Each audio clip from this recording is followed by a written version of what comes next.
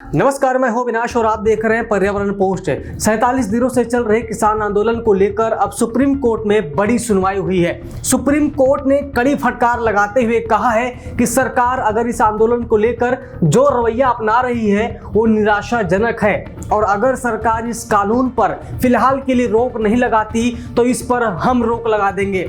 आइए हम आपको बताते हैं कि आखिरकार एक याचिका पर सुनवाई के दौरान सुप्रीम कोर्ट के जज, अटॉर्नी जनरल, किसानों के वकील और याचिकाकर्ता के वकील ने क्या क्या कहा।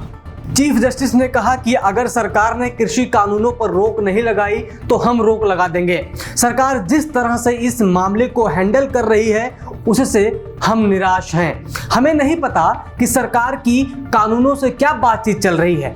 हम नहीं जानते कि आप समाधान का हिस्सा हैं या समस्या का।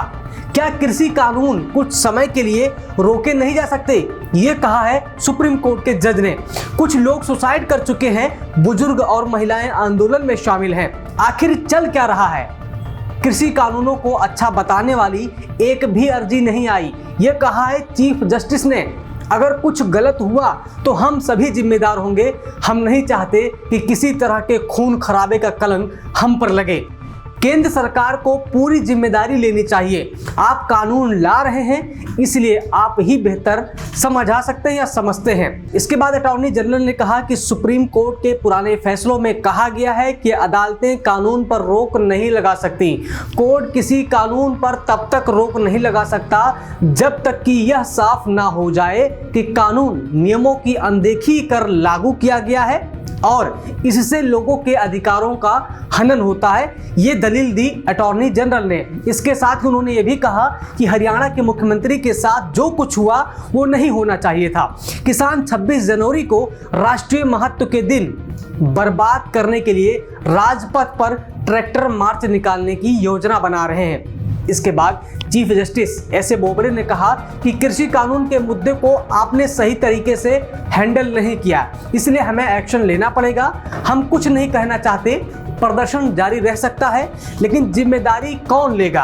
हम एक कमेटी बनाने का प्रपोजल दे रहे हैं। साथ ही अगले आदेश तक कानून लागू नहीं करने का आदेश देने पर भी विचार हम कर रहे हैं, ये कहा है सुप्रीम कोर्ट ने। ये क्यों कहा कि ताकि कमेटी के सामने बातचीत हो सके। इसके साथ ही सीजेआई ने कहा कि पूर्व chief justice of India RM. Lodha को कमेटी का हेड बनाने का सुझाव भी दे रहे हैं। मैं रिस्क लेकर कहना चाहता हूं कि किसान घरों को वापस लौट जाएं, ये कहा है सीजेआई ने, यानी कि सुप्रीम कोर्ट के जज ने। इसके बाद किसानों के वकील दुष्यंत दवे ने कहा कि किसानों को रामलीला मैदान जाने की इजाजत मिलनी चाहिए। वे किसी तरह की हिंसा नहीं चाहते। किसानों के वकील ने कहा कि ऐसे अहम कानून संसद में ध्वनि मत से कैसे पास हो गए। अगर सरकार गंभीर है तो उसे संसद का संयुक्त सत्र बुलाना चाहिए। पिटिशनर के वकील यानी कि जो याचिकाकर्ता के वकील थे हरीश साल्वे ने, उन्होंने कहा कि आंदोलन में कुछ ऐसे लोग शामिल हैं जिन्हें बाहर किया जाना चाहिए। साल्वे ने उन ऐसे संगठनों का जिक्र भी किया है जो जस्टिस फॉर सिख लिखे हुए बैनर के लिए पैसे भी जुटा रहे थे। सीजेआई ने इस पर कहा कि ये हम नहीं कह रहे हैं कि आप कानून को रद्द करें। हम बहुत बेतुकी बातें सुन रहे हैं कि कोर्ट को दखल नहीं देना चाहिए या देना चाहिए। हमारा उद्देश्य सीधा है कि समस्या का समाधान निकले। हमने आपसे पूछा था कि आप कानून को होल्ड पर क्यों नहीं रख सकते।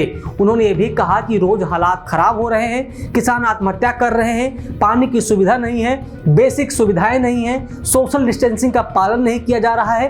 किसानों में बुजुर्ग और महिलाएं भी आंदोलन कर रही हैं या आंदोलन में शामिल हैं। मैं किसान संगठनों से पूछना चाहता हूं कि आखिरकार इस ठंड में महिलाएं और बूढ़े लोग क्यों हैं प्रदर्शन में, ये भी सवाल किया है सीजेआई ने। कोर्ट ने यह भी कहा कि हम किसानों के प्रदर्शन से जुड़े मुद्दों और कृषि कानून लागू करने को लेकर अलग अलग हिस्सों में आदेश जारी करेंगे। तो ये रही आज सुप्रीम कोर्ट के सुनवाई की पूरी घटनाक्रम की कैसे किसने क्या क्या कहा, सुप्रीम कोर्ट के चीफ जस्टिस ने क्या कहा या फिर किसानों के वकील ने क्या कहा, याचिकाकर्ता के वकील ने क्या कहा और अटॉर्नी जनरल ने क्या कहा। ये पूरी जानकारी हमने आपके साथ शेयर की। देखते रहिए पर्यावरण पोस्ट। सब्सक्राइब करें पर्यावरण पोस्ट।